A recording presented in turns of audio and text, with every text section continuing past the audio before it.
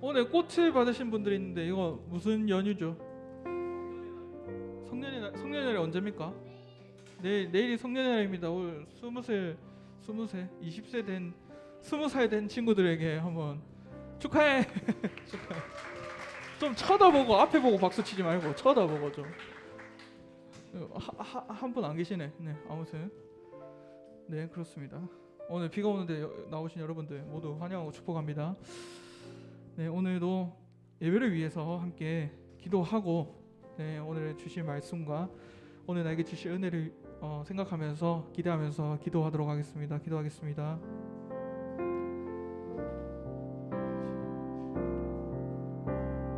감사합니다. 오늘도 예배를 보게 해주시고 우리에게 말씀을 주시고 그것들을 생각하며 또 기대하며 나아갈 수 있게 해주시며 감사합니다.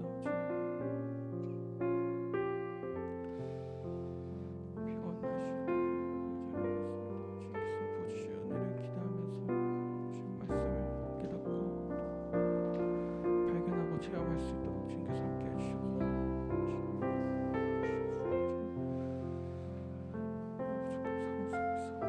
힘들고 어려운 상황 속에서 이 자리에서 예배하게 모였습니다. 주님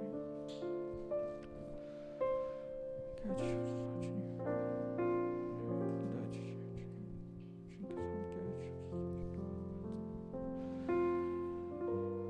사랑해 주님 감사합니다. 오늘도 이 자리에 오게 해주심을 정말 감사합니다.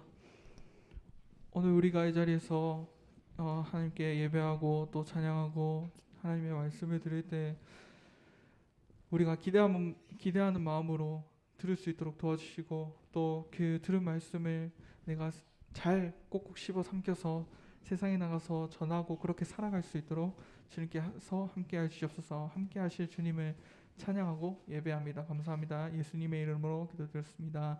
아멘. 당신 일로 오세요. 함께 박수 치면서 찬양하겠습니다.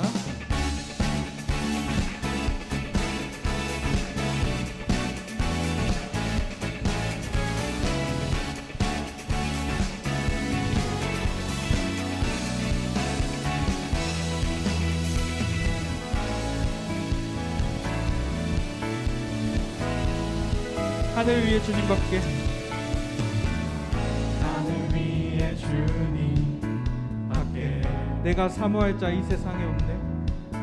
내가 사모할 자 이 세상에 없네. 내 맘과 힘은 내 맘과 힘을 믿을 수 없네. 오직 한 가지 오직 한 가지 그 진리를 믿네. 선포합시다. 주는 나의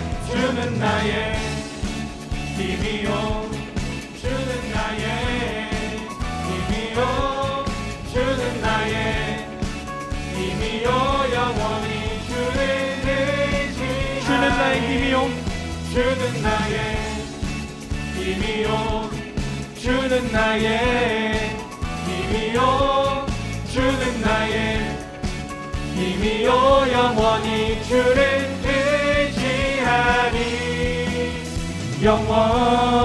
영원히. 우리 다시 한번 고백합시다. 하늘 위에 주님밖에 하늘 위에 주님밖에 내가 사모할 자 이 세상에 없네. 내 맘과 힘은 믿을 수 없네. 내 맘과 힘을 믿을 수 없네. 그러나 오직 한 가지 오직 한 가지 그 진리를 믿네. 주는 나의 힘이요 주는 나의 힘이요 주는 나의 힘이요 영원히 주를 의지하리. 주는 나의 힘이요 주는 나의 힘이요 주는 나의 힘이요 영원히 주를 의지하리.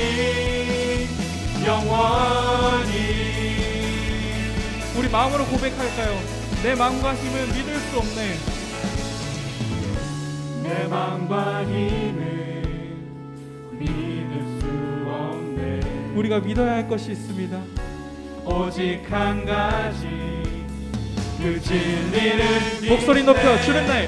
주는 나의 힘이요 주는 나의 힘이요 주는 나의 힘이요 영원히 주를 의지하리.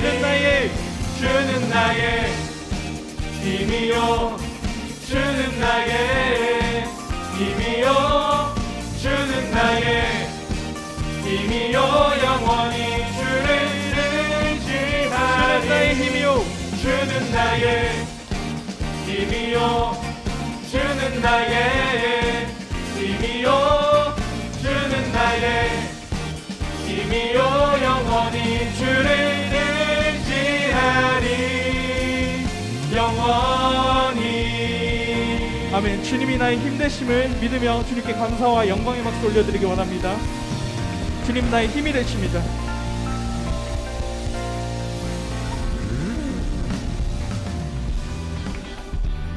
함께해서 박수 치면서 찬양하겠습니다. MR 좀 올려주세요.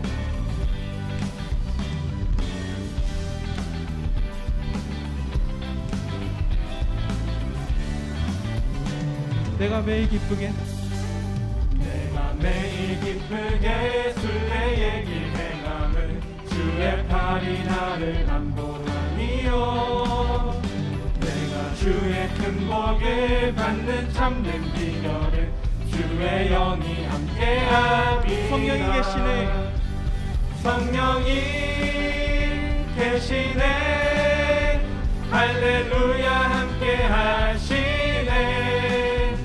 좁은 길을 걸으며 밤낮 기뻐하는 것 주의 영이 함께함이라. 나와 전해드려 받아서 전에 죄에 빠져서 평안함이 없을 때 예수 십자가의 공로 힘입어 그 발 아래 엎드려 참된 평화 얻음은 주의 영이 함께함이라. 성령이 계시네. 성령이 계시네. 할렐루야 함께 하시네. 좁은 길을 걸으며 밤낮 기뻐하는 것 주의 영이 함께함이라. 나와 동행하시고 나와 동행하시고 모든 염려하시니 나는 숲의 새와 같이 기쁘다. 내가 기쁜 마음으로 내가 기쁜 마음으로 주의 뜻을 행함은 주의 영이 함께함이라. 성령이 계시네. 성령이 계시네. 할렐루야 함께 하시네. 좁은 길을 걸으며 밤낮 기뻐하는 것 주의 영이 함께함이라. 세상 모든 욕망과 세상 모든 욕망과 나의 모든 정욕은 십자가의 이미 못을 박았네. 어두운 밤이 지나고 무거운 짐 벗으니 주의 영이 함께 하실 주님을 찬양합니다. 성령이 계시네. 할렐루야 함께 하시네. 좁은 길을 걸으며 밤낮 기뻐하는 것 주의 영이 함께함이라. 성령이 계시네. 성령이 계시네. 할렐루야 함께 하시네. 좁은 길을 걸으며 밤낮 기뻐하는 것 주의 영이 우리 목소리로 성령이 계시네. 성령이 계시네. 할렐루야 함께 하시네. 길을 걸으며 밤낮 기뻐하는 것 주의 영이 함께함이. 성령이 계시네. 성령이 계시네. 할렐루야 함께 하시네. 좋은 길을 걸으며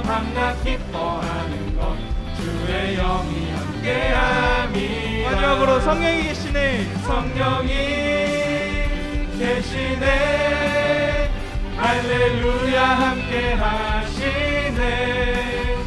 좋은 길을 걸으며 밤낮 기뻐하는 것 주의 영이 함께함이라. 성령님 이 자리에 계십니다. 주님의 영이 함께 하십니다. 우리에게.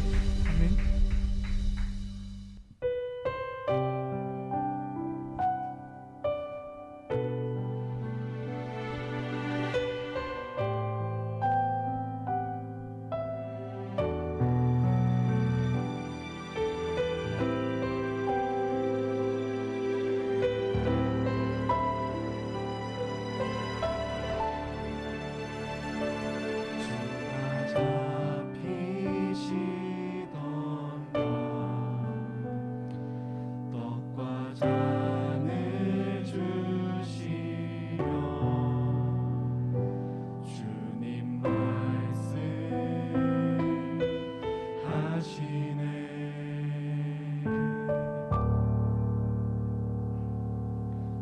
이것은 나의 피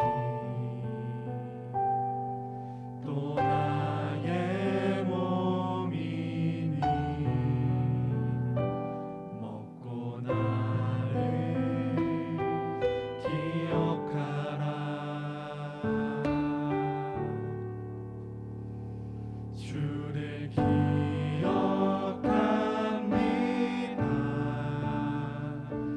생명 주신 그 사랑,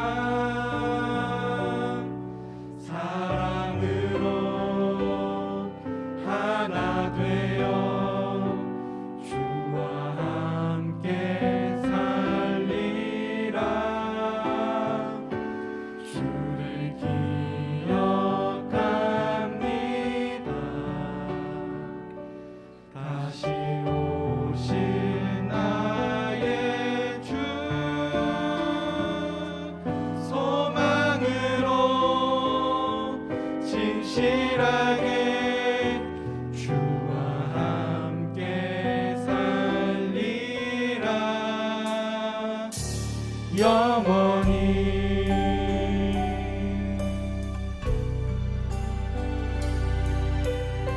우리 가사를 생각하시면서 다시 한번 찬양하겠습니다. 주가 잡히시던 밤. 주가 잡히시던 밤 떡과 잔을 주시며 떡과 잔을 주시며 주님 말씀 하시네. 이것은 나의 피 이것은 나의 또 나의 몸이니 또 나의 몸이니 주님 기억하라 하셨습니다. 먹고 나를 기억하라. 주를 기억합니다. 주를 기억합니다. 생명 주신 그 사랑, 사랑으로 하나 되어 주와 함께 살리라. 주를 기억합니다. 주를 기억합니다.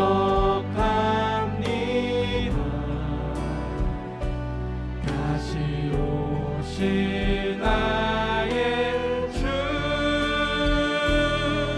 소망으로 진실하게 주와 함께 살리라. 주를 기억합니다.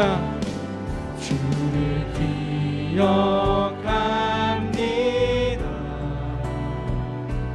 생명 주신 그 사랑, 사랑으로 하나 되어 주와 함께 살리라. 주를 기억합니다.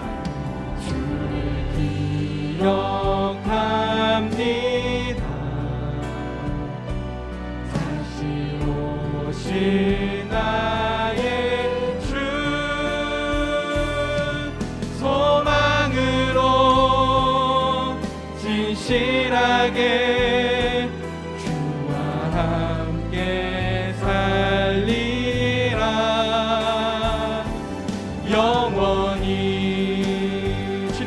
우리에게 새 계명을 주셨습니다. 새 계명을 내게 주노니 서로 사랑하라. 내가 너를 끝까지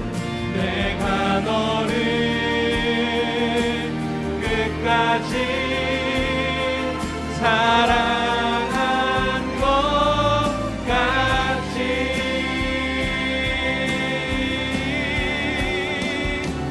주를 기억합니다. 생명 주신 그 사랑으로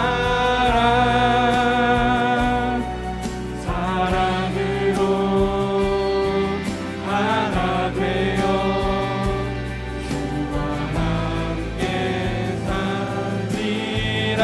주를 기억합니다.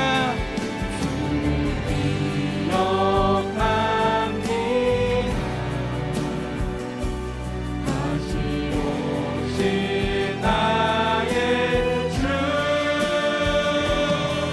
소망으로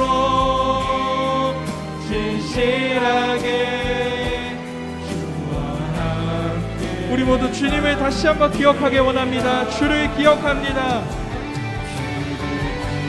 기억합니다.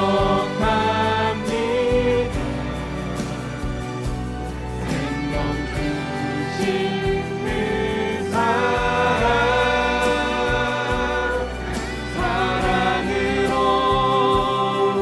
하나 되어 주와 함께 살리라.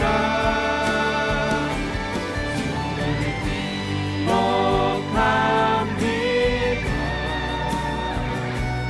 다시 오신 나의 주 소망으로 진실하게 주와 함께 살리라.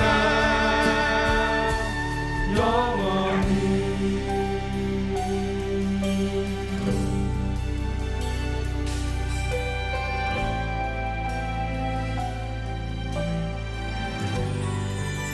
그 아까 틀었던 반주 들어주시고요.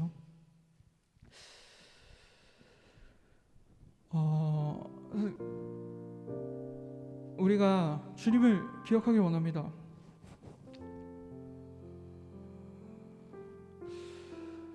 우리가 사실 고난주간 찬양이긴 해요. 근데 주님께서 이것은 나의 몸, 이것은 나의 피 이렇게 먹고서 나 예수님을 기억하라 라고 하셨는데, 과연 우리는 살아가면서 목사님께서는 말씀하셨죠. 우리가 살아가면서 한 주를 살면서 의식적으로 예수님의 이름을 몇 번이나 불렀는가? 우리가 주님을 기억하고 있는가? 말씀을 의지하자고 맨날 설교를 듣고 말씀을 듣지만, 그렇게 알고 있지만 실제로 그렇게 행하고 있는가? 굉장히 많은 고민을 해볼 필요가 있습니다. 우리가 이 시간 하나님께 기도할 때 주님을 기억하기 원합니다. 주님의 말씀을 기억하고 주님의 말씀의 중요성을 기억하고 말씀 속에서 하셨던 주님의 말씀을 기억하기 원합니다. 그 제목으로 우리가 함께 기도하도록 하겠습니다. 하나님 감사합니다. 주님께서 그 제자들에게 말씀하실 때 이것은 내 몸과 이것은 내 피다, 먹고서 이것을 마시고서 나를 기억하라고 하셨습니다. 그것이 우리의 현대를 살아가는 우리에게도 동일할 줄 압니다. 주님, 우리는 주님의 말씀을 먹고 말씀을 듣고 또 그것을 기억하라고 하신 그 말씀이 우리에게도 적용되지만 정말 우리가 그렇게 살아가고 있는지 다시 한번 되돌아봅니다. 주님, 하나님을 기억하고 말씀을 기억해야 하지만 그렇지 못한 삶 속에서 정말 하나님의 이 자리에 와서 하나님의 말씀을 다시 한번 듣고 다시 한번 이렇게 되새기고 또 찬양을 부르면서 하나님께서 하신 말씀을 다시 들을 때 우리가 주님을 기억하고 주님을 사랑할 수 있도록 또 주님의 말씀을 기억할 수 있도록 주님께서 함께해 주시옵소서. 주님, 주님, 너무나도 어렵고 힘든 생활 속에서 살아가다가 정말 그 세상의 것들 속에서 정말 말씀을 잃어버리고 우리가 그 세상의 것들을 말씀을 덮어버리는 그런, 아니, 세상의 것들을 말씀을 세상의 것들로 덮어버리는 한 주를 살아가고 있습니다. 그렇지만 우리가 정말 오늘 이 시간 이후로 정말 말씀을 기억하고 말씀을, 하나님을 기억할 수 있는 그런 시간 될 수 있도록 주님께서 함께하여 주시옵소서.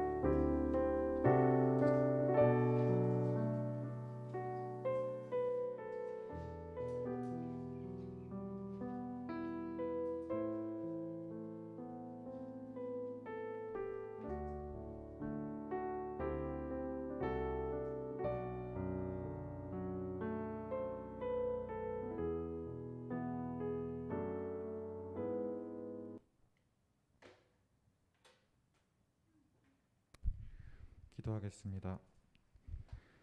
사랑의 하나님, 예배를 위해 이 자리에 우리가 모였습니다.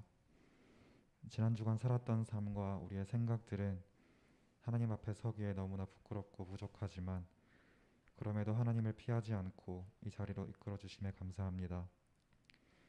지치고 텅 빈 우리의 마음을 다시 하나님 앞에 내려놓으니 다시 하나님으로 채울 수 있도록 도와주세요. 찬양과 말씀이 귀에만 맴도는 소리가 되지 않도록 우리 마음을 열기를 소망합니다. 이 시간 우리를 방해하는 것들로부터 마음을 잘 지켜 하나님을 예배할 수 있게 하시옵소서. 항상 우리를 찾으시고 기다리시는 하나님을 의지합니다. 하나님의 사랑과 은혜를 기대합니다. 예수님 이름으로 기도드렸습니다. 아멘.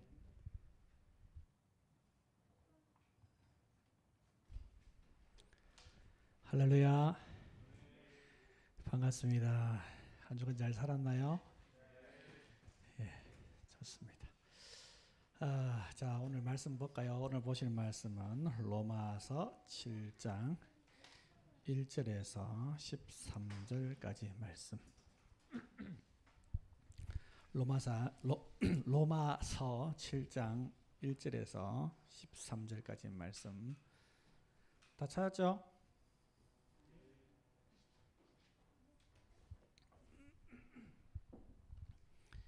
자, 우리 로마서 7장 1절에서 13절까지 하나님 말씀을 읽겠습니다. 우리 다 같이 일어나서 하나님 말씀 봉독하겠습니다.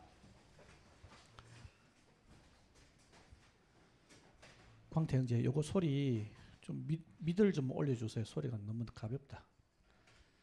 자, 미들하고 로우하고 조금 올려주세요. 자, 7장 1절에서 13절까지의 말씀 우리 같이 한꺼번에 우리 봉독하도록 하겠습니다. 시작. 하나님 말씀. 형제들아, 내가 법 아는 자들에게 말하노니 너희는 그 법이 사람이 살 동안만 그를 주관하는 줄 알지 못하느냐. 남편 있는 여인이 그 남편 생전에는 법으로 그에게 매인 바 되나. 만일 그 남편이 죽으면 남편의 법에서 벗어나느니라. 그러므로 만일 그 남편 생전에 다른 남자에게 가면 음녀라. 그러나 만일 남편이 죽으면 그 법에서 자유롭게 되나니 다른 남자에게 갈지라도 음녀가 되지 아니하느니라. 그러므로 내 형제들아, 너희도 그리스도의 몸으로 말미암아 율법에 대하여 죽임을 당하였으니 이는 다른 이 곧 죽은 자 가운데서 살아나신 이에게 가서 우리가 하나님을 위하여 열매를 맺게 하려 함이라. 우리가 육신에 있을 때에는 율법으로 말미암는 죄의 정욕이 우리 지체 중에 역사하여 우리로 사망을 위하여 열매를 맺게 하였더니 이제는 우리가 얽매여 있던 것에 대하여 죽었으므로 율법에서 벗어났으니 이러므로 우리가 영의 새로운 것으로 섬길 것이요 율법 조문에 묵은 것으로 아니할지니라. 그런즉 우리가 무슨 말을 하리요? 율법이 죄냐? 그럴 수 없느니라. 율법으로 말미암지 않고는 내가 죄를 알지 못하였으니 곧 율법이 탐내지 말라 하지 아니하였더라면 내가 탐심을 알지 못하였으리라. 그러나 죄가 기회를 타서 계명으로 말미암아 내 속에서 온갖 탐심을 이루었나니 이는 율법이 없으면 죄가 죽은 것임이라. 전에 율법을 깨닫지 못할 때에는 내가 살았더니 계명이 이름에 죄는 살아나고 나는 죽었도다. 생명에 이르게 할 그 계명이 내게 대하여 도리어 사망에 이르게 한 것이 되었도다. 죄가 기회를 타서 계명으로 말미암아 나를 속이고 그것으로 나를 죽였는지라. 이로보건대 율법은 거룩하고 계명도 거룩하고 의로우며 선하도다. 그런즉 선한 것이 내게 사망이 되었느냐? 그럴 수 없느니라. 오직 죄가 죄로 드러나기 위하여 선한 그것으로 말미암아 나를 죽게 만들었으니 이는 계명으로 말미암아 죄로 심히 죄되게 하려 함이라. 아멘. 예, 앉으시기 바랍니다.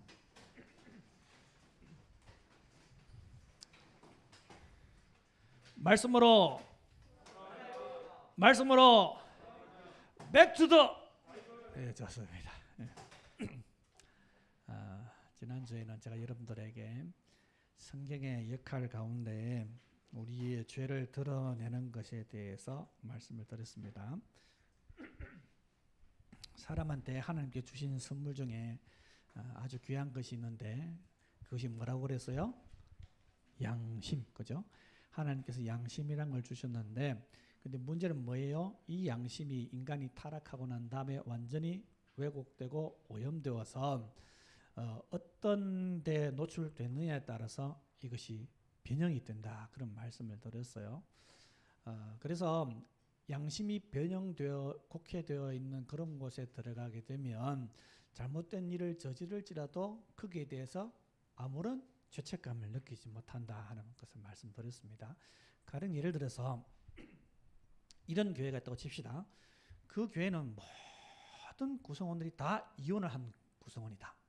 또 모든 구성원들이 항상 모이면 맥주를 한 잔 마시면서 교제를 나눈다. 그러면 그 속에 들어간 그리스도인, 그 속에서 살아가고 있는 그리스도인들은 맥주 마시는 것에 대해서 죄책감을 느낄까요? 안 느낄까요? 안 느낍니다. 하나도 안 느낍니다. 만약에 여러분들이 다니고 있는 직장이나 혹은 학교나 이런 데서 불법이 굉장히 횡행한다. 그러면 그 불법을 저지르는 것을 양심의 가책을 느끼지 않고 저지르게 되어 있습니다. 그러다가 만약에 법에 걸렸다. 그럼 이렇게 말합니다. 재수 없어서 나만 걸렸다라고 이야기합니다. 이게 바로 뭐예요? 양심이 무뎌져 있는 겁니다. 이 무뎌진 양심, 이 양심을 변화시키고 진짜 그 양심이 잘못된 것을 알려주는 것이 바로 뭐냐면 하나님의 말씀이에요. 이 말씀이 들어가게 되면 그 말씀이 살아있고 운동력이, 활력이 있어서 어떤 검보다도 예리하여 혼과 영과 및 관절과 골수를 찔러 쪼개기까지 하며 또 마음의 생각과 뜻을 어떻게 해요? 판단하나니. 그래서 우리 속에 있는 것들이 무엇이 잘못되어 있는지 가르쳐 주시고 그것을 통해서 어떻게 해요? 우리를 벌거벗은 것까지 드러나게 만든다. 그렇게 말씀드렸습니다. 그렇게 되면 이 사람의 반응이 뭐냐? 거기서 하나님의 은혜가 무엇인지 깨닫게 되는 거예요. 아, 나는 도저히 하나님 안에서 구원받을 수 없는 그런 존재였는데 하나님께서 나를 사랑하셔서 이름에도 불구하고 나를 사랑하셔서 이 땅에 예수님을 보내주셨고 예수님께서 나를 위해서 기꺼이 십자가를 지셨구나. 그것을 깨닫게 되면 말할 수 없는 감격이 일어나게 되어 있습니다. 자, 오늘은 좀 더 깊이 들어가서 율법과 우리 관계를 생각해보고 오늘 본문에 나오는 율법과 우리 관계에 대해서 비유를 이야기하고 있거든요. 그 비유를 살펴보고 이 율법이 과연 우리한테 어떤 일을 하는지 좀 더 확대되어서 확장해서 한번 살펴보도록 하겠습니다. 오늘 본문에 보면은 율법이란 말, 또 법, 계명 이런 말들이 자주 등장을 하죠, 그죠? 율법이라는 것은 원래 하나님께서 이스라엘 백성들한테 주신 것인데 이스라엘 백성들한테 이 율법을 언제 주셨을까요? 언제 주셨어요? 좁게로 보면 10계명, 좀 더 넓게 보면 구약, 좀 더 넓게 보면 신구약 다 이렇게 볼 수 있는데 거기는 뭐가 기록되어 있어요? 소극적으로는 하지 말라 하는 것이 기록되어 있고 적극적으로는 이렇게 하라라는 것들이 기록되어 있어요, 그죠? 자, 이 율법을 하나님께서 처음으로 주신 때가 있습니다. 언제 주셨어요? 네? 애굽에서 나왔을 때 어디서 생활했어요? 광야에서 생활할 때 하나님께서 주신 것이 바로 율법입니다. 전에 제가 거기에 대해서 조금 설명을 한 적이 있는데 아마 기억은 잘 안 나실 거예요. 여하튼 간에 하나님께서 출애굽하여서 광야에서 살 때 그들에게 주신 것이 바로 계명이에요. 우리가 퍼뜩 떠오르는 게 뭐가 있어요? 십계명이죠. 십계명 거죠. 그 십계명을 주신 이유가 뭐예요? 십계명 서문에 뭐라고 되어 있어요? 나는 너를 애굽 땅 종되었던 집에서 인도해낸 너희 하나님 여호와다, 이렇게 표현하고 있어요. 왜 그 말씀을 앞에 이야기했을까요? 이유가 있어요. 나는 너희의 하나님이다. 다른 말로 이야기하면 너희는 내 백성이다. 그러니까 이렇게 살아라. 그렇게 주신 것이 바로 말씀이라는 겁니다. 이 말씀을 쭉 다 지키면 어떤 사람은 계명이 365가지 된다고 이야기하는데 저는 모르겠습니다. 하여튼 어떻게 셌는지 모르겠는데 365가지 된대요. 하여튼 간에 이 계명을 100% 다 지키면 어떻게 될 것 같습니까? 어떻게 될 것 같아요? 청모님? 100% 계명을 다 지키면 어떻게 될 것 같아요? 힘들 것 같다. 정답! 힘들죠. 그래, 힘들 것 같은데 내가 원하는 답은 아니다. 굉장히 힘들어요. 근데 하나님의 계명을 100% 지키면 천국 갑니다. 근데 문제는 뭐예요? 100% 지킬 수 있는 사람이 없어요. 왜요? 너무 힘들기 때문에. 다 지킬 수 있는 사람은 세상에 존재하지 않습니다. 100% 지키신 분 딱 한 분 계시는데 바로 예수 그리스도만이 그 하나님의 요구를 다 지키시죠.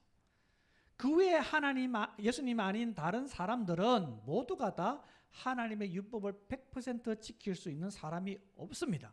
그런데 하나님께서 뭘 요구하시냐? 우리한테 100%다 지킬 것을 요구하십니다. 아유, 하나님, 그거 지키지도 못할 거 어차피 우리가 아무리 노력해도 너무 힘든데 그거 어떻게 다 지킵니까? 그럼 하나님께서 뭐 때문에 그 율법을 주셨을까? 이왕 다 지키지도 못할 거 뻔히 100명이면 100명, 1000명이면 1000명 사람들이 단 한 명도 다 지킬 수 있는 사람이 없는데 뭐 때문에 그 율법을 주셨을까? 그 이유를 오늘 본문 살펴볼 겁니다. 본문을 통해서. 자, 오늘 본문에 보니까 사도 바울은 율법과 우리 사이를 뭐로 비유하고 있냐면 남편과 아내로 이렇게 비유를 하고 있습니다. 부부 관계라는 이 말이에요. 그죠? 율법이 남편이고 우리가 아내다, 그렇게 이야기하고 있습니다. 자, 요즘 이혼하는 가정이 굉장히 많습니다. 그죠? 교회 내에도 굉장히 많습니다. 그래서 이혼에 대해서 설교하는 게 너무 부담스러워요. 너무 그런 가정이 많으니까. 그런데 이혼은 여러분 생각이 어때요? 이혼을 하나님께서 원하실까요? 안 원하실까요? 안 원하시죠? 결혼식 할 때 주례하는 목사님 뭐라고 이야기합니까? 하나님이 짝지어 주신 것을 사람이 나누지 못할지라, 이렇게 해가지고, 그죠? 그 사람은 누가 포함돼요? 이 세상에는 모든 사람 다 포함되고 당사자들도 포함됩니다. 맞죠? 그죠? 그러니까 분명히 그렇게 선언하고 사람들이 아멘 하는데 살다 보면 그게 아니거든. 내가 미리 좀 알았어야 되는데, 우와, 저 사람이 이런 나쁜 버릇이 있네? 저 사람이 이런 나쁜 습관이 있네? 그러면 후회가 되는 거라. 그래서 너 없이는 못 산다라고 이야기하다가 너 때문에 못 산다로 바뀝니다. 그죠? 그러면서 속으로 이런 생각해요. 내가 그래. 내가 이혼해야지. 내가 저 여자가 못 살겠어. 내가 저 남자가 못 살겠어. 저 인간 하면서 이혼을 생각하면서 이혼 사유는 이렇게 말합니다. 성격 차이. 그죠? 맞아. 여러분, 연예인들 결혼한 거 이혼할 때 거의 100%가 성격 차이입니다. 여러분, 성격 차이요? 그거 가지고 이혼합니까? 물론 가정을 지키는 것은 굉장히 힘이 들죠. 성경에서는 이혼할 수 있는 경우를 딱 두 가지를 이야기합니다. 첫 번째, 배우자가 간음을 했을 경우. 두 번째, 배우자가 죽었을 경우, 목사님 죽은 거는 이혼 아니잖아요. 그렇죠? 이혼 아니죠. 합법적으로 남편과 아내와 이렇게 떨어질 수 있는 방법은 딱 두 가지밖에 성경은 이야기하고 있지 않습니다. 그러면 성격 차이로 이혼을 할 수 있다 없다? 없습니다. 세상은 이렇게 얘기합니다. 당신의 행복을 찾아서 떠나세요 얘기합니다. 그렇게 힘들게 살 필요가 없어요 라고 얘기합니다. 그러면서 당신의 행복을 위해서는 이혼도 해도 괜찮습니다 라고 얘기합니다. 하지만 하나님의 말씀은 no 이렇게 얘기합니다. 딱 두 가지밖에 없어요. 죽었을 때, 그리고 남편이 아내가 간음을 했을 경우, 바람 피웠을 경우. 우리나라는 지금 바람 피우게 되면 처벌합니까 안 합니까? 안 합니다. 그래서 많은 사람들이 자유를 얻어서 바람을 자유롭게 피우는 사람들이 있습니다. 뭐라고까지 이야기하냐면, 여러분들 뭐 결혼 안 했지만 결혼하면은 뭐 들은 사람도 있을 거예요. 애인이 없으면 장애자래요. 장애인이래. 웃기는 이야기 아닙니까? 근데 이게 보편적으로 사람들한테 그런 그 지식들이 있기 때문에 그 속에서 바람 피우는 사람들은 양심의 가책을 안 느낍니다. 제 아내가 대학 다닐 때 동사무소에서 아르바이트를 한 적이 있습니다. 수요일만 되면 사람들이 전부 다 이제 그때 일찍 퇴근하는데, 수요일만 되면 남자들이 너나 할 것 없이 화장실 가서 이러고 돼요. 도대체 왜 그러냐 너무 궁금해서 물었대요. 옆에 있는 다른 여자분한테 물으니까 하는 이야기가 애인 만나러 간다. 그럼 그 사람들 결혼 안 했냐? 결혼 다 한 사람이라. 그게 몇 년 정도 합니까? 20년 넘습니다. 지금은 더 했으면 더 했지 덜하지는 절대 덜하지는 않습니다. 세상이 이래요. 세상이. 여러분 세상 따라가지 마세요. 하나님의 진노가 임합니다. 이것 때문에 가정이 파괴되고, 가정이 파괴되면 나라가 파괴되는 거예요. 기억하시기 바랍니다. 하여튼 간에 여하튼 간에 남편과 아내가 이혼을 하려면 합법적인 방법은 간음을 행했거나 아니면 배우자가 간음을 했거나 배우자가 죽었을 경우에만 남편과 아내가 떨어질 수 있다고 성경은 이야기하고 있습니다. 그런데 오늘 본문에 보면 율법이라는 존재를 남편으로 이야기하고 있어요. 우리는 아내예요. 이 율법이라는 남편과 살고 있는데 이 율법은 어떤 존재냐? 완벽해요. 틈이 없어요. 여러분 그런 사람 봤어요? 와, 저 사람 철인 같다. 와, 저 사람 빈틈이 보이지 않는다. 말하는 거, 행동하는 거, 자세 흐트러지는 게 하나도 없어요. 아, 전에 있던 교회, 청년 때 다녔던 교회 목사님은 주무실 때 이렇게 했는데 머리에 기름 쫙 발라가지고 그래가지고 이러가지고 좀 힘들어가지고 옆에 사모님이 손도 못 댈 정도로 이거 너무 그죠? 그렇게 보잖아요. 그죠? 율법이 그래. 율법이 너무나 깨끗하고 너무나 거룩하고 너무나 완벽해. 빈틈이 하나도 없어요. 그렇다면 봐요. 이 율법이 그렇게 빈틈이 하나도 없는 반면에 우리는 어때요? 이거 막 허물투성이나 허물투성이. 뒤로 돌아서면 허물, 뒤로 돌아서면 또 허물. 말하는 거, 행동하는 거, 생각하는 거, 이 모든 것들이 너무 악해요. 나는 악을 하나도 행하지 않는다 자신 있게 말할 수 있는 사람은 세상에 단 한 명도 없어요. 아무리 깨끗하게 보이는 사람일지라도 그 사람도 악을 행합니다. 대천덕 신부라고 있습니다. 돌아가셨지만 예수원에서 그 가운데 가면 예수원이 있는데 거기서 이제 원장을 했던 분이신데 이분이 많은 사람들로부터 존경을 받았어요. 그런데 이분이 쭉 돌아가시기 전에 자기 속에도 악한 것이 많이 있었다고 고백하고 돌아가셨어요. 아무리 거룩하게 보이고 고매하게 보이는 인격을 가지고 있는 사람일지라도 틈이 있는 거라. 근데 이 틈을 누가 비집고 돌아오냐면, 누가 아냐면 남편이 너무 잘하는 거예요. 여보라만 들으면 막 깜짝깜짝 놀라는 거예요. 여보 하면 당신 이런 죄 지었어. 여보 당신 이런 생각이잖아. 잘못했어. 하면서 이 율법이라는 남편은 모든 것 내가 생각하지 못한 것까지도 딱딱 집어내어서 나의 모든 악한 것을 다 들추어내는 거예요. 그러면 어떨 것 같아요? 여보라는 이름만 소리만 들어도 막 깜짝깜짝 놀라는 거예요. 또 뭐지 하려고? 그런 생각에 숨이 턱턱 막히는 겁니다. 이게 바로 율법이 하는 역할이에요. 율법이라는 남편이. 그럼 어때요? 숨이 턱턱 막히는 이 율법과 살아가는 게 쉬울까요? 어려울까요? 여러분 굉장히 어렵습니다. 만약에 여러분들이 결혼했는데 남편이나 아내가 너무 바름이에요. 바름이. 그래서 자기만 바를 뿐만 아니라 다른 사람의 잘못된 것까지 다 지적한다고 생각해 보세요. 운전하면서 저 사람은 이렇게 해서 운전이 잘못되고 저 사람은 저렇게 해서 하면 안 되고 할 때마다 모든 운전자 다 지적해. 왜 깜빡이 안 넣고 들어와? 왜 저렇게 차선을 변경하는 거야? 왜 이렇게 들어가는 거야? 왜 브레이크를 저렇게 밟아? 앞에 차가 서고 있는데 왜 브레이크를 2번, 3번 나눠서 깜빡깜빡 하면서 사람들 뒤에 사람들이 주의를 안 주는 거야? 뭐 이런 것도 시작해가지고 왜 차를 이렇게 대?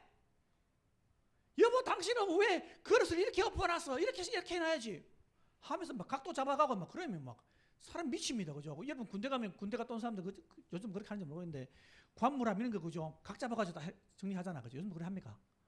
와, 각 잡아가지고 딱 안 되면 막 확 터쳐가지고 확 다 집어 던지잖아.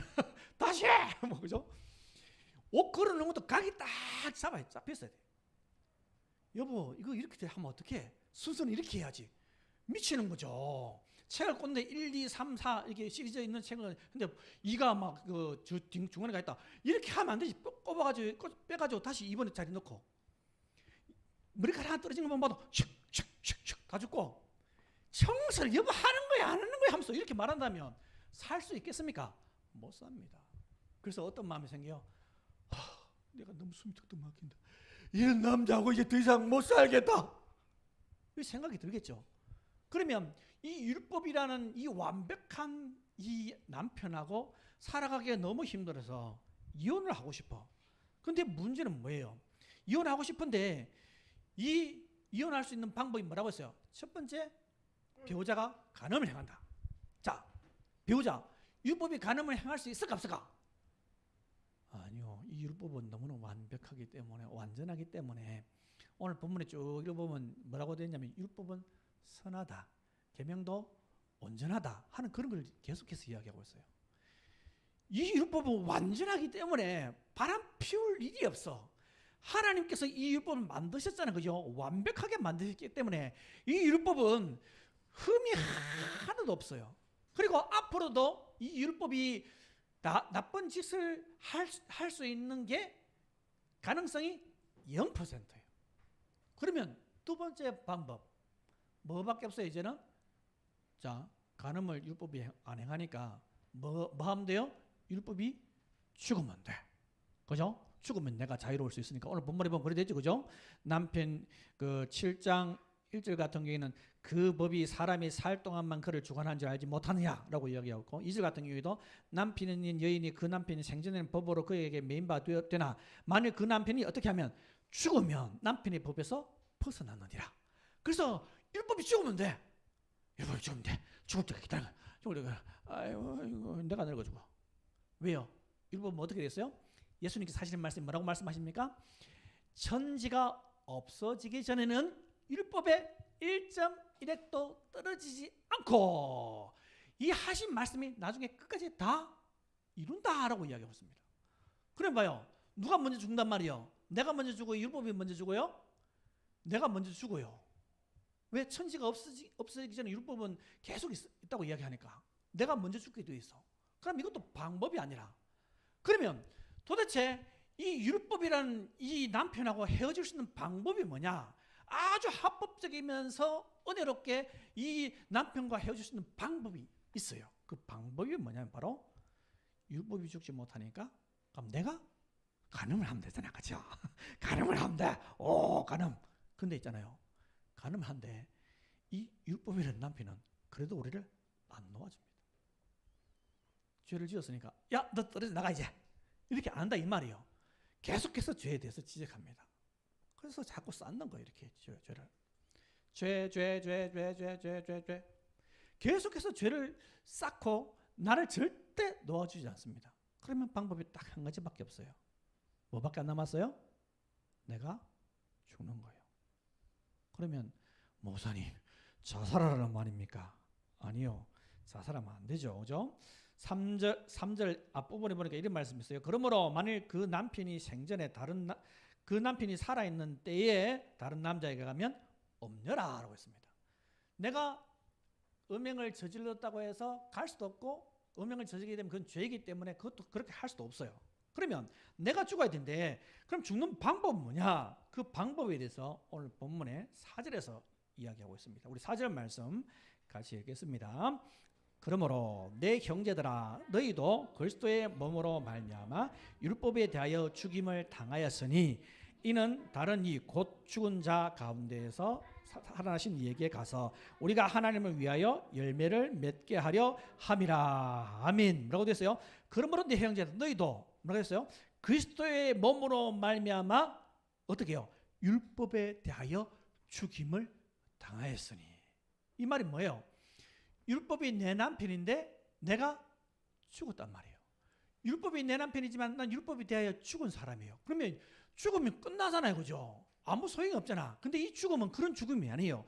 갈라디아서 2장 20절에 보면 이런 말씀이 있어요. 혹시 외우는 분이 있는지 모르겠는데 내가 그리스도와 함께 십자가에 못 박혔나니 그런즉 이제는 내가 사는 것이 아니요 오직 내 안에 그리스도께서 사시는 것이라. 내가 그리스도와 함께 십자가에 못 박혔나니. 이 말이 무슨 말이에요? 못 박혔단 말이 무슨 말이에요? 죽었다 이 말이에요. 어떻게 해요?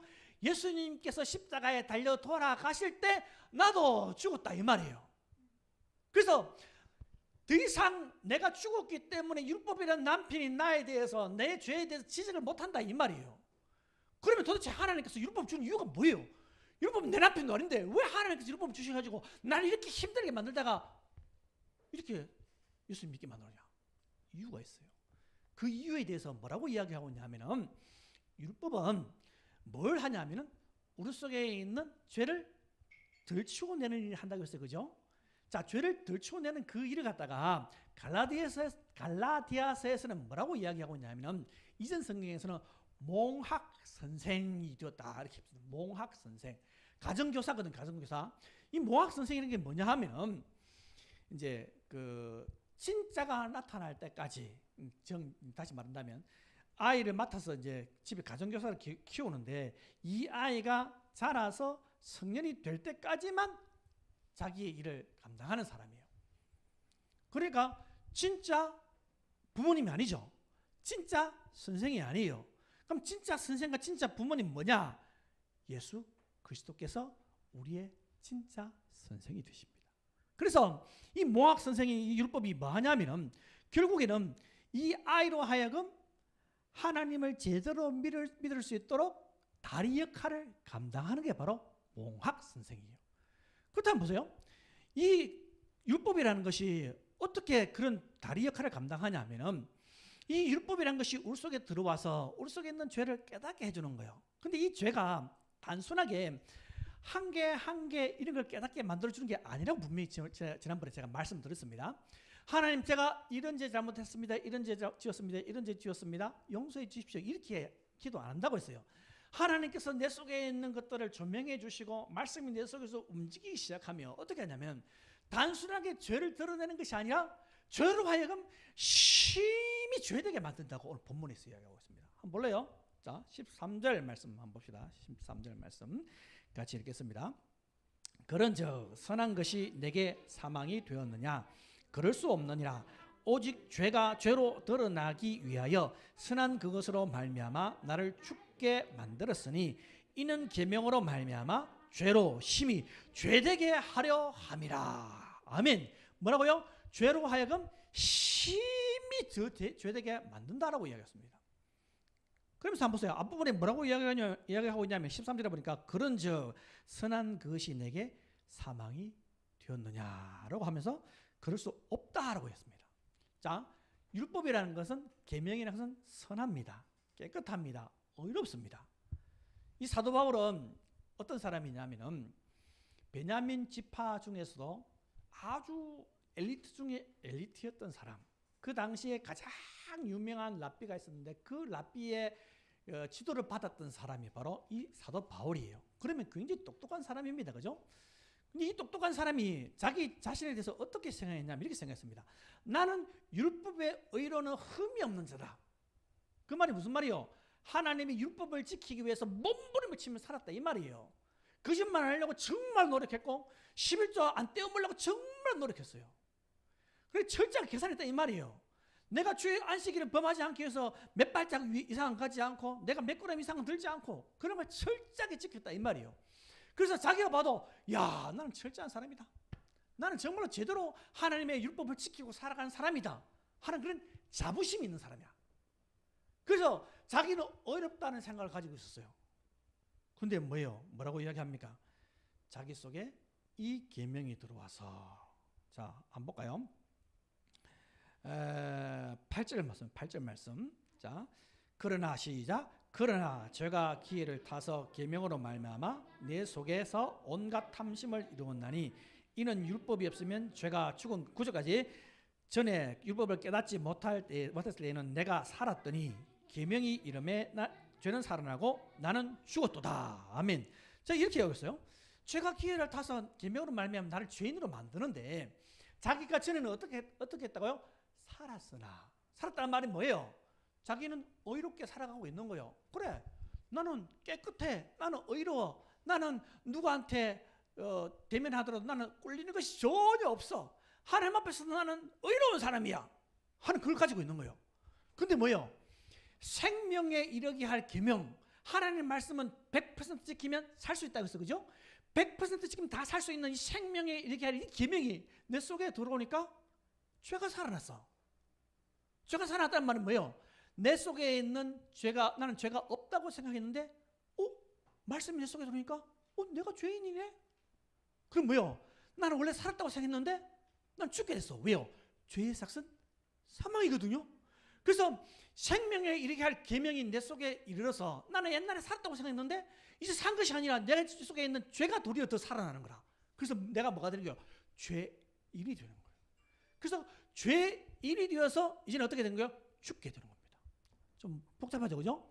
그러니까 결국에는 이 하나님의 말씀이 내 속에 들어와서 나를 죄인으로 정죄하고 나를 죽게 만듭니다. 이 율법의 역할이에요. 그러면 목사님, 이 율법이 우리를 죽게 만드는 게 목적입니까? 근데 사실은 그게 아닙니다. 요한복음 3장 16절 말씀 우리 잘 알고 있죠, 그죠? 우리 한번 외워볼까요? 시작. 그렇지. 천천히 같이 시작. 하나님이 세상을 이처럼 사랑하사 독생자를 주셨으니 멸망하지 않고 영생을 얻게 하려 함이라 그랬습니다.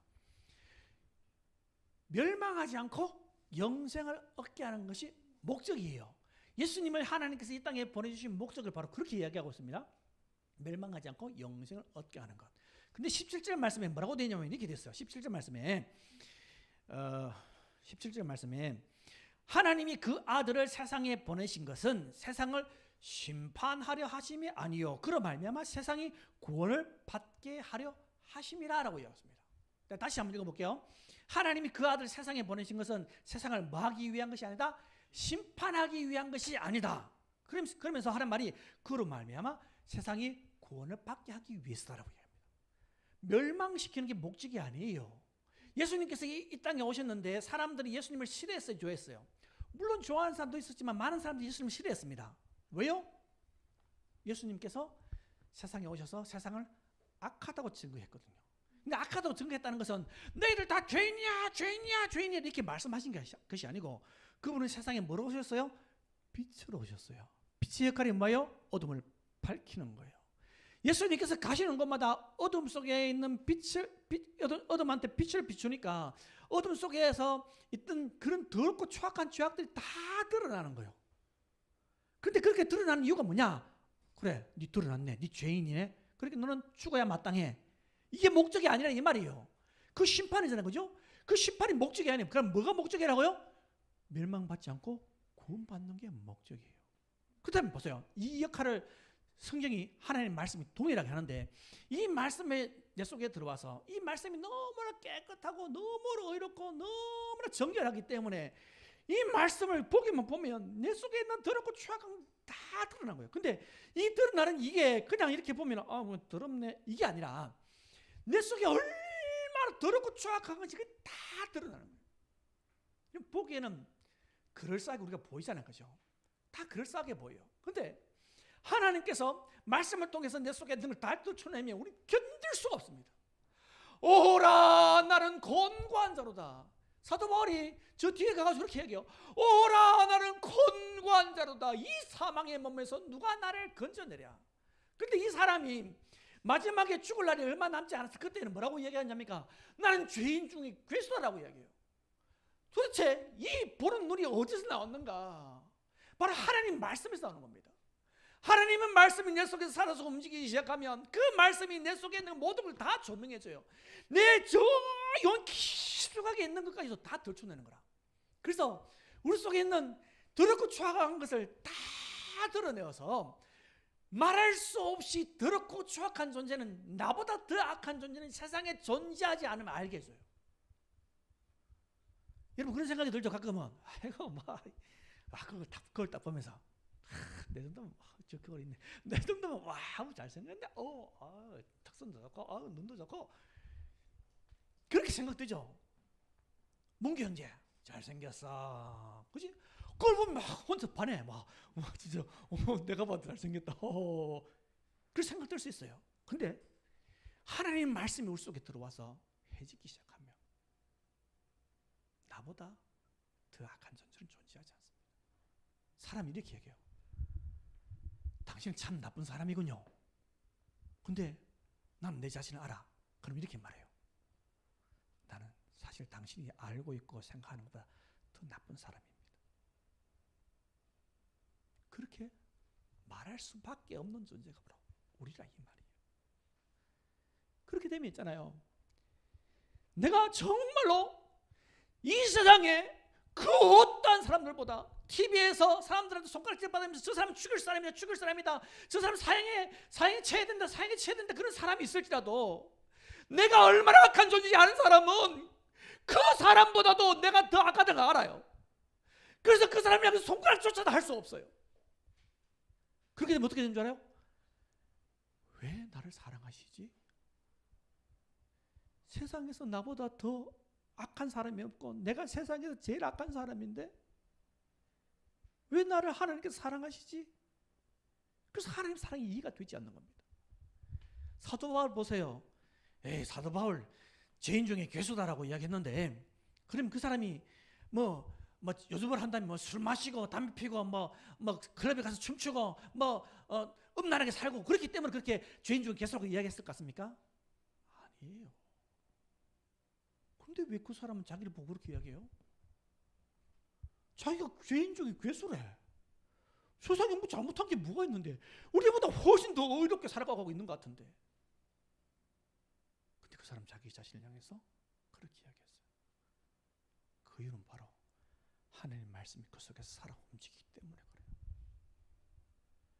그래서 그 사람은 일평생을 결혼도 하지 않고 하나님의 나라와 영광을 위해서 초기와 같이 자신의 삶을 불살라서 하나님께 드렸던 사람이에요.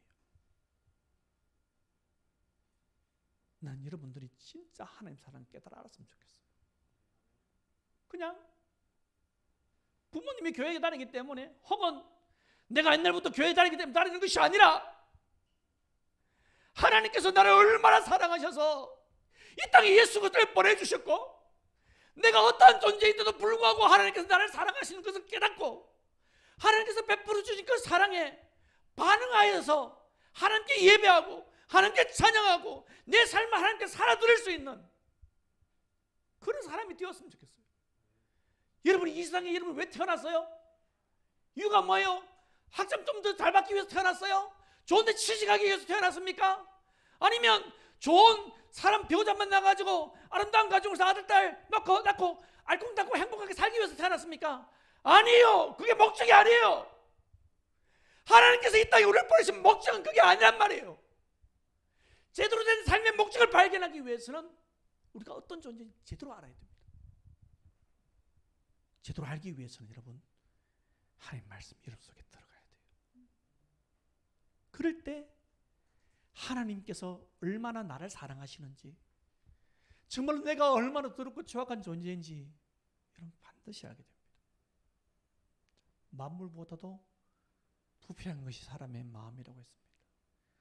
썩어 악취가 진동하는 그 어떠한 것보다도 그건 더 악한 존재입니다. 예수님께서 십자가에 달려 돌아가신 모습을 한번 보십시오. 그분이 십자가에 달려 돌아가는 모습 보면은 너무 비참합니다. 맞죠, 그죠? 너무 비참합니다. 성화에는 보면 예수님께서 십자가에 달려 돌아가신 그 성화에 보면은 아랫도리가 가려져 있지만은 실상 그게 없대요. 여러분 얼마나 수치스러워요. 창조주이신 그분이 정말 비참하게 돌아가신다고. 채찍에 맞아가지고 그 무거운 십자가를 들고 가지 못해 쓰러져서 구레네 사람 시몬을 대신 들고 가게 만들고 십자가에 달려 돌아가시는데 팔이 축 처져가지고 너무 고통스러워서 추스리면 온 등에 그 끝이라는 그 나무가 이 등을 다 아프게 패고 또 힘을 줄 때마다 발목이 얼마나 아픈지 그 발목이 아픈 걸 좀 덜 하기 위해서 손목을 좀 더 당기면 손목이 또 얼마나 아픈지 숨을 쉴 때마다 허파가 얼마나 고통스러운지 머리에 쓴 가시 면류관이 찔려서 피가 줄줄 흐르고 그분은 죄가 하나도 없으신데도 불구하고 그분이 십자가에 달려 돌아가셨단 말이에요. 너무 비참해요. 왜 그렇게 비참하게 십자가에 달려 돌아가시답니까? 그분은 죄가 하나도 없으신 분이신데 그분이 왜 그렇게 돌아가셔야 돼요? 이유가 있습니다. 그만큼 우리가 짓고 있는 죄가 그만큼 추악하단 말이에요. 그만큼 심각하다 그 말이에요. 그런데 우리는 어때요? 그 죄에 대해서 별로 심각하게 생각하지 않아요. 너희가 죄와 싸우되 피 흘리기까지 싸우지 아니하며 히브리서 기자는 그렇게 이야기하고 있습니다. 그 죄, 우리가 피 흘리기까지 싸우지 않고 있는 그 죄, 아무렇지도 않게 넘어가 버리는 그 죄, 거짓말하고 시기하고 질투하고 증오하고 음란하고 술 마시고 담배 피우는 그 죄, 아무렇지도 않다고요? 아니요, 정말로 심각한 겁니다. 그 죄를 우리 제대로 깨달아 알아야 합니다. 그러면 내가 하나님 앞에서 도저히 사랑받을 수 없는 죄인이라는 것을 깨닫게 됩니다. 그래서 탕자가 집에 들어와서 아버지, 저는 아버지의 아들 아닙니다, 이제는 아버지의 종입니다라고 이야기했던 것처럼 하나님 앞에서 감히 고개를 들고 하나님, 저는 하나님의 아들입니다라고 말할 수 없습니다. 그런데 하나님께서 어떻게 하신 줄 알아요? 그렇게 내 죄를 깨닫고 하나님께 나가서 하나님 저는 면목이 없습니다라고 말씀할 때 하나님께서 우리의 고개를 들게 만드시고 우리를 새롭게 만들어 주십니다. 그게 바로 하나님의 은혜입니다. 난 여러분들이 예수 그리스도의 그 십자가의 사랑을 제대로 깨닫고 독생자 예수 그리스도를 십자가에 내어 주시기까지 하신 그 놀라우신 하나님의 사랑을 제대로 깨닫기 위해서 주의 말씀을 통해서 우리 속에 있는 더럽고 추악한 죄를 진실로 깨닫기를 소원합니다. 그렇게 될 때 하나님의 사랑이 내 속에 들어와서 얼마나 위대한지 그것을 깨닫게 되는 일이 날 것입니다. 그래서 말할 수 없는 감격을 깨닫고, 목사님 정말 하나님 사랑이 이렇게 저한테 큰 줄 몰랐습니다 라고 저한테 좀 들려주시기 바랍니다. 그래서 우리 두나미스 청년회가 찬양할 때, 기도할 때, 예배 드릴 때 상한 심령을 받기를 원하시는 그 하나님께서 우리의 찬양과 기도를 받으시고, 그래 네가 나의 사랑을 제대로 이제 깨달아 알았구나 하고 더 많은 은혜를 부어줄 수 있는 그런 은혜가 우리에게 있기를 소원합니다. 우리 같이 한번 기도하십시다. 기도하실 때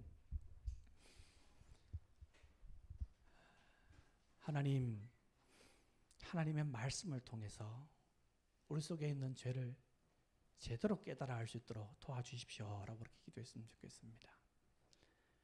보편적으로 가지고 있는 양심으로 느끼는 그 죄 말고 하나님의 말씀이 내 속에 들어와서 내 속에 있는 죄를 심히 죄되게 만들고 하나님의 사랑을 받을 수 있는 조건이라고는 조금도 없는 존재, 도리어 하나님의 진노를 받아야 마땅할 그런 존재라는 것을 하나님 깨닫게 도와주십시오.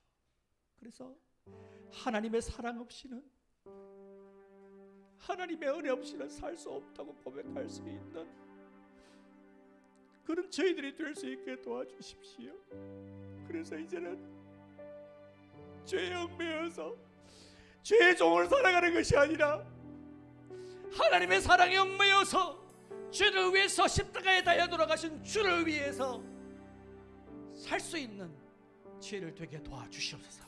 우리 다 같이 주여 한번 부르짖고 기도하도록 하겠습니다. 주여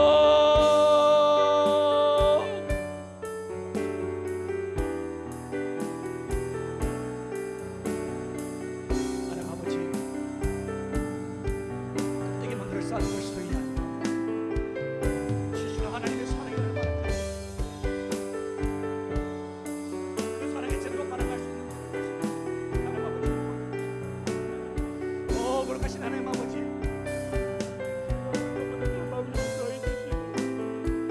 하나님 아버지 은혜를 하여 주시기만을 소원합니다. 주여 주여 주여 주여 주의 말씀을 보내사 저희들을 고쳐주시옵소서. 주의 말씀을 보내사 저희들을 고쳐주시옵소서. 주의 말씀을 보내사 저희들을 고쳐주시옵소서. 하나님의 말씀에 저희의 모든 죄악을 떠날 수 있게 도와주시고 그 말씀으로 인해서 저희들 속에 있는 그렇고 죄악을 떠나서 하나님 아버지 앞에 도저히 살 소망이 없는 자, 하나님 아버지 앞에 무엇을 달려 기도할 수 없는 그런 자임을 진실로 깨닫게 도와주시기를 소원합니다. 하나님 아버지,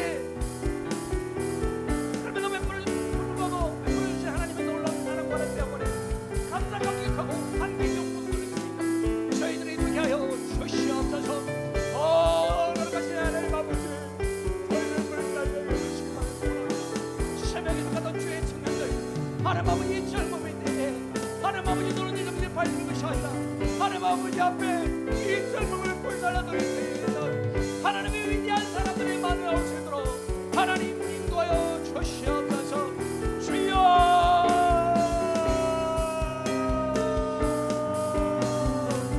아버지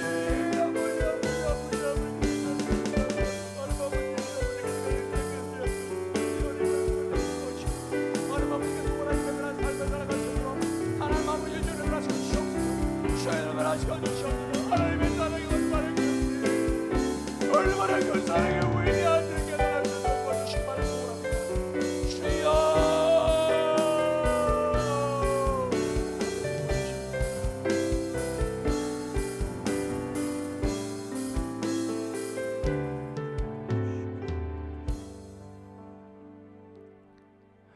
하나님 아버지,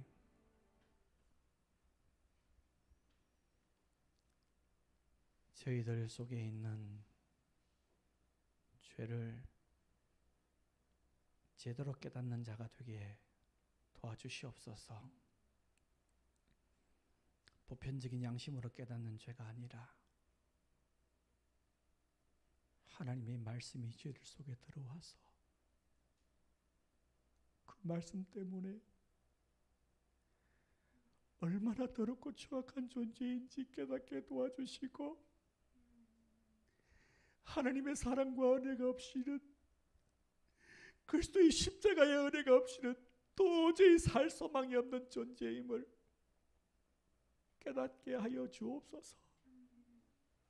그래서 우리 새벽기슬 같은 주의 청년들이 하나님의 은혜를 제대로 깨닫고 제대로 찬양하고 제대로 예배하고 제대로 기도할 수 있는 그런 귀한 하나님의 사람들이 될 수 있도록 아버지 도와주옵소서.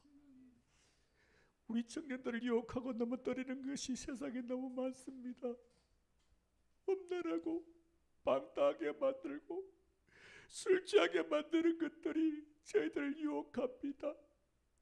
아버지 우리 청년들을 지켜보아해 주시고 이것이 얼마나 악한 죄임을 깨닫게 도와주셔서 처절하게 십자가에 달려 돌아가신 주님을 기억하고 죄와 싸워 승리할 수 있는 우리 청년들이 되게 하여 주시옵소서. 저희 삶을 통해서 영광 받으실 하나님을 찬양합니다. 예수님 이름으로 기도합니다. 아멘. 사랑합니다 나의 예수님 찬양하면서 준비하신 예물 드리도록 하겠습니다. 전심을 다하여서 사랑합니다 나의 예수님 사랑합니다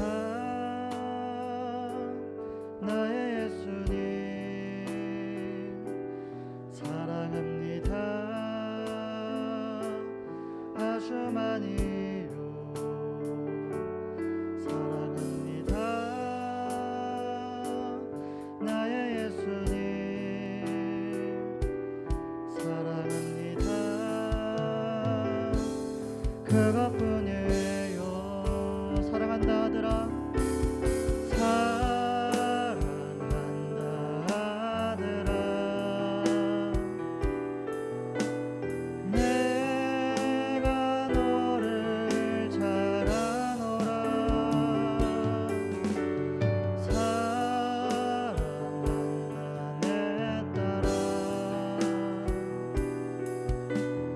내게 축복 더하노라. 하나님 아버지, 소득의 12일을 또 감사 헌금으로, 선교 헌금으로, 주일 헌금으로 여러 가지 모양으로 하나님께 드렸습니다. 마음을 받기를 원하시는 하나님께 저의 마음을 담아서 베풀어 주신 사랑과 은혜에 감사해서 신앙의 고백으로 드렸사오니 주여 이 헌금을 받아 주옵소서. 또 이 헌금이 사용될 때 사용하는 영혼들에게 지혜의 명철 주셔서 하나님의 뜻대로 잘 사용할 수 있도록 도와주시옵소서. 혹시 준비하지 못하여서 드리지 못한 손길이 있거든 위로하여 주시고 하나님의 사랑과 은혜를 깊이 있게 깨달아서 온 인생을 하나님께 구원하여 드릴 수 있도록 은혜 베풀어 주옵소서. 역사하실 하나님을 찬양합니다. 이 모든 말씀 예수님 이름으로 기도합니다. 아멘. 이제는 우리를 억만 죄악 가운데에서 구원하여 주신 우리 구주 예수 그리스도의 은혜와 저희들이 악함에도 불구하고 독생자 예수 그리스도를 아낌없이 내어주신 하나님 아버지의 사랑하심과 성령님의 교통하심이 주의 말씀을 통해서 죄를 깨닫고 하나님의 은혜로 영광 돌리며 살기를 원하는 여기에 머리 숙인 모든 하나님의 백성들 머리 위에 이제로부터 영원토록 함께 있을지어다. 아멘.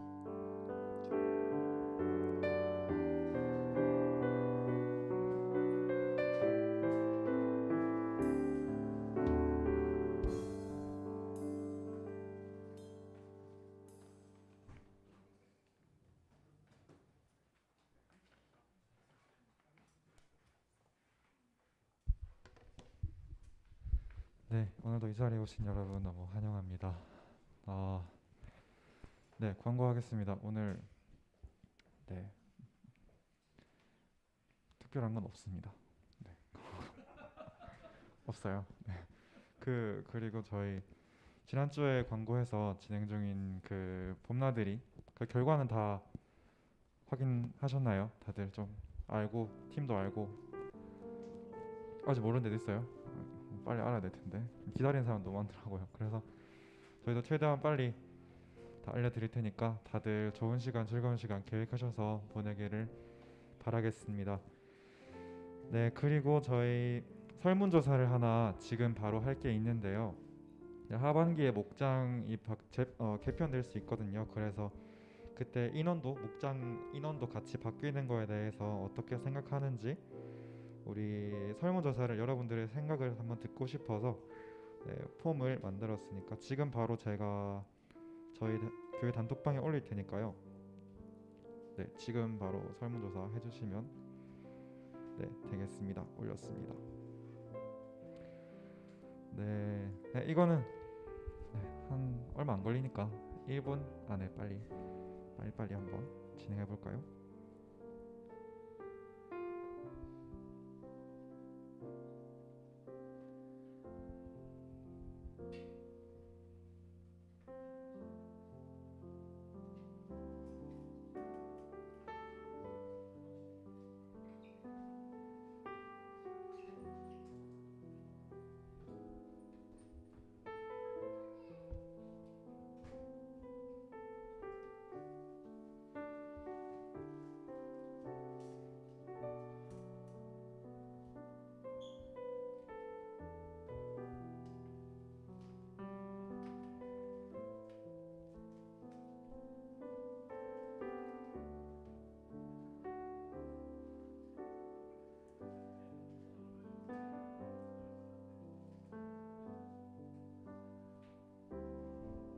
네, 이쯤이면 다 완료했다고 생각을 하고 넘어가겠습니다.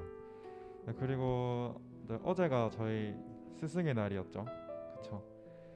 네, 교회도 저기도 우리 스승이 있잖아요. 그렇죠? 항상 우리를 믿음, 저희 신앙과 믿음에 대해서 항상 알려주시길 원하시고 이끌어 주시는 우리 목사님과 네, 저희 부장 집사님께 저희가 청년회 측에서 조그마한 선물을 준비했거든요. 그래서 두 분 다 잠깐 앞으로 오셔서 전달하는 시간 갖도록 하겠습니다.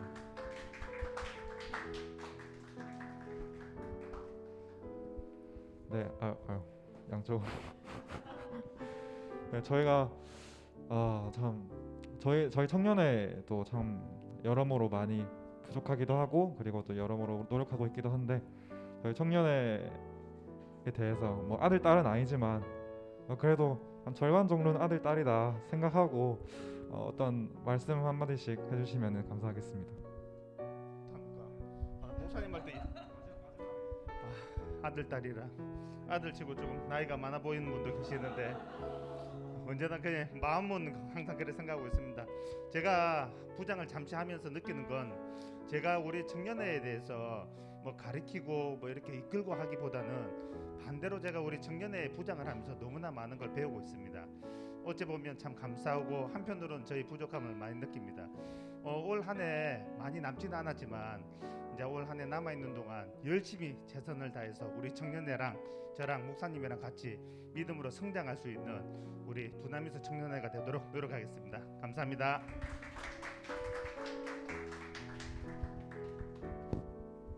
매주 말하는데 뭐 또 이야기해야 될까요? 청년회 와서 느낀 게 참 자체적으로 너무 열심히 잘한다 하는 그런 느낌을 많이 받았어요. 그래서 뭐 제가 별로 손댈 것이 없을 정도로 잘하고 있는데 올해 2021년이 지금 한 6개월 정도 남았는데 주 안에서 열심히 해가지고 저 말씀처럼 말씀이 재미있다 하는 이야기가 여기저기서 막 뻥뻥 터졌으면 좋겠습니다. 그런 한 해가 되기를. 이게 뭐 이야기를 이렇게 해야 되나? 또 목사가 또 설교한다 그죠? 그렇게 되었으면 좋겠습니다. 감사합니다. 네, 저희 감사한 두 분께 선물 바로 증정해 드릴 때 박수로 한번 네.